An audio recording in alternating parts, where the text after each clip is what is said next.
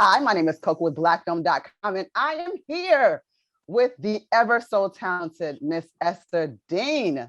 Thank you so much for joining me today. I'm excited. It was last minute, but I love that we got to do this. I do love that we got to do this. Yes. You brought up that we were twinning, so I think this is going to be a good interview. We are twinning with these braids. You know what? These braids be calming me down. I just sit there and I just start braiding. I was like, what? It's just like therapy. Yeah, right. You know, I did mine myself. Did you do yours? Did you?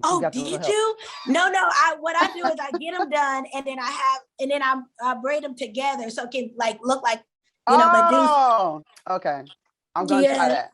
So I mean, again, I'm really excited to talk to you, and this has really just been one of those interviews that I've been just kind of waiting on and hoping could happen, because you're just such a multi-talented person, and I mean it's one, and we know you can sing, but you also have that unique ability to be a producer, a songwriter, and so many people seek your talent. And it's not like, okay, yeah, I wrote a few songs. Like this woman has wrote for Rihanna, Mary J. Blige, Beyonce, all these different people. So you are a sought after songwriter. What is it like to be someone that can work with all of this incredible talent? You know what? I think it's like, as long as you can be authentic. Yeah. Because what they're asking for is you to be yourself and give them, it's like a collaboration all the way through. Mm-hmm. And sometimes you'll get someone like Beyonce saying, I want to sing about this. And then that's for you to go and feel like, where do I relate to that story? Mm-hmm. And so it's definitely a collaboration at all times, and just a respected collaboration. There's no egos. You were thinking some egos in there, but there's no egos. Really? I mean, I was going to ask you that. Like sometimes I'm sure, like, is it daunting? But then I guess at some point, because it's a mutually beneficial relationship. So yeah. You know what? It's so crazy because we're so intertwined. Every single person in the music industry is so intertwined. Like no matter what, I've done a song with Usher and Jay-Z. So at the end of the day, me, Usher, and Jay-Z have a baby together. Me, Rihanna have a baby together. We're all, the songs just grow up. Mm-hmm. So it's just like you have a mutual respect, because at one point in time they let you in, you let them in, and you guys created something. And then sometimes, are there people that you have not worked with that you do want to work with? It's a lot of people. It's a lot of people. It is definitely a lot of people, and I want to rework with some people. So, I would like to work with Celine Dion. I would like to work with Lady Gaga. I would like to work with everybody that I haven't worked with on Clash of the Cover Bands. Mm-hmm. So I do want to get into that, because with Clash of the Cover Bands, which is the new show that you're working on, you're one of the judges, and it's a competition series. So tell me about that. What exactly is this show about? So the show is basically getting the best cover bands to perform, but then perform against each other. Mm-hmm. Right? So I don't know how much they're telling you about like how the battle works. So I don't want to give up any surprises, because I loved it. It was a surprise to me, but it's like watching J-Lo perform, and she's doing everything that J-Lo would do. She sounds just like J-Lo. She's doing J-Lo. They're doing Celine Dion. And you're like, wait a minute, I haven't got to see Celine Dion perform, but I feel like I'm watching her do it right now. Mm-hmm. And I have to judge that? I can't judge that, girl. No, because I've seen cover bands, and I mean, it's a very serious type of thing. People really do take that very seriously. I mean, yes, and they should. It's when I seen the dedication that a cover band has to take. You have to learn their mannerism. You have to do your hair like them. You have to dress like them. And one lady, her friend was making all her costumes. And I'm like, this lady is from the Midwest, still making her costume, still making sure that she goes and perform for her fans of the same people who love, the artist she loves. Mm-hmm. It's really good. It takes a lot of work. Yeah, because even as a cover band, they have their fans, as you said, too. So they have their following. So there's got to be some people that's really excited to see those people competing on this series. Yes. Mm-hmm. And you see how much they worked at it. Like, I thought I was watching a lot. I thought I was watching everybody. I was like, wow, like Lady Gaga. I was like, girl, that's Lady Gaga.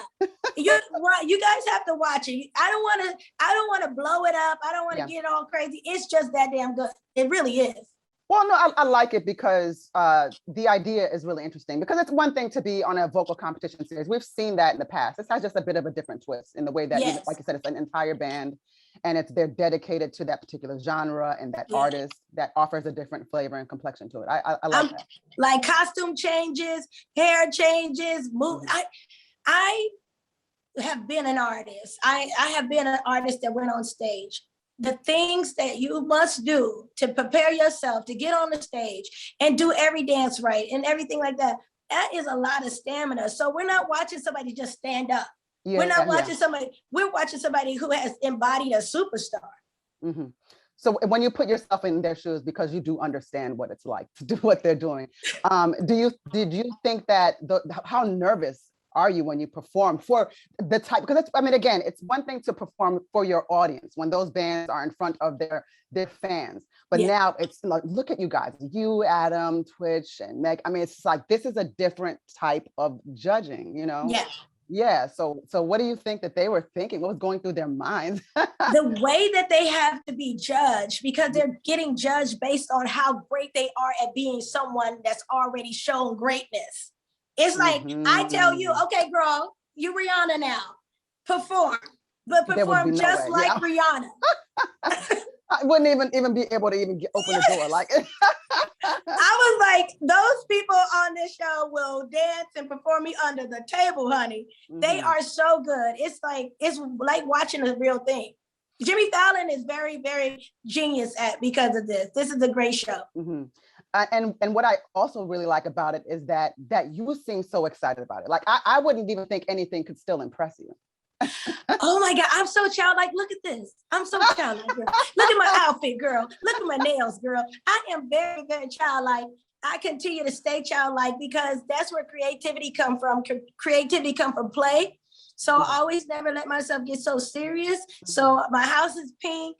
You know, I put on glittery things. I'm impressed by everything that's magical. So, and this show is magical. And I hadn't been to a concert. We all haven't been to get to see concerts. And I felt like I was watching the ultimate concert show. Like, how did I get so lucky to be on this show? I just think that, you know, with how, you know, you've framed your career, it's just such a giving, you know, kind of way. You know, when you give yourself, you pour yourself into these songs for the artists, you're on these shows and you're helping people develop their talent. I mean, it's just like, what a way to be, you know? You know what? I go back in my life, and because I used to be a CNA. So from 17 to 24, I was a CNA, and it was my job to care for people of all sorts. And I just think that that's where I stem from. My roots are in service. And anytime I feel like I can add 1% better to somebody's life, I'm like, I'm giving it, even if I'm taking away from my 100%, I'm giving it. I'm pretty good. I love the way that I chose to give to the world. Yeah, I see that in you. And I think I mean, that's just remarkable, you know? Yes, we twins, girl. We I love that about you. So I know you've got a ton of other stuff to do. I just wanted to ask you one quick silly question. Like, is there a favorite song that you've ever written for someone else and one that you've written for yourself? Favorite that I've written for somebody else. They all favorites, I think. They all your songs. They're really your children. But you know what I was thinking? Somebody asked me if I had to do a cover band, what would it be? Oh, that's a good question. And it's so great because I would be Tina Turner, because I literally just sound just like her, and I never knew where to place my voice until I heard Tina Turner. And it's so funny. So it's like church house, gin house, schoolhouse, art house, the night way on the train. You were right. Right? Yeah, I never even thought about it, but you do. I sound just like her. It's like, what's love? And I'm like, why do I sound just like her? But I was raised listening to the movie. I shouldn't have watched the movie, but it was What's Love Got to Do with It. I should have watched the movie. But Tina Turner is why I knew about performing and how things worked and the pitfalls to stay away from, and all that. The whole movie told you about the music industry in a way that kind of like allowed me to know what you needed to do to become a performer. And we get to see Tina Turner on Clash of the Cover Bands, and that woman, it's like, don't get to see Tina right now. And Miss Clash of the cover band, Tina, she just did it just for me. She did it for me. That is so cool. I really appreciate it. Thank you so much. You. Yes. Thank you so much for your time, Esther. So I just want everybody to know, so Clash of the Cover Bands will be out Wednesday, October 13th at 9:30 p.m. Eastern Standard Time and Pacific as well. Yeah. So the show is going to be amazing. It's going to be an event. Of course, Esther and her fellow judges are bringing something really unique and offering people an opportunity of a lifetime. Imagine that Ester Dean gets to tell you about your performance. Like, I be thinking I know too. I be thinking I know. I'm like, I don't know if Celine would have did that. I don't know. Oh, that's great. I really appreciate your time. Thank you so much for speaking with me again. My name is Koku with blackfilm.com, and this is Miss Ester Dean, one of the most talented people on the planet.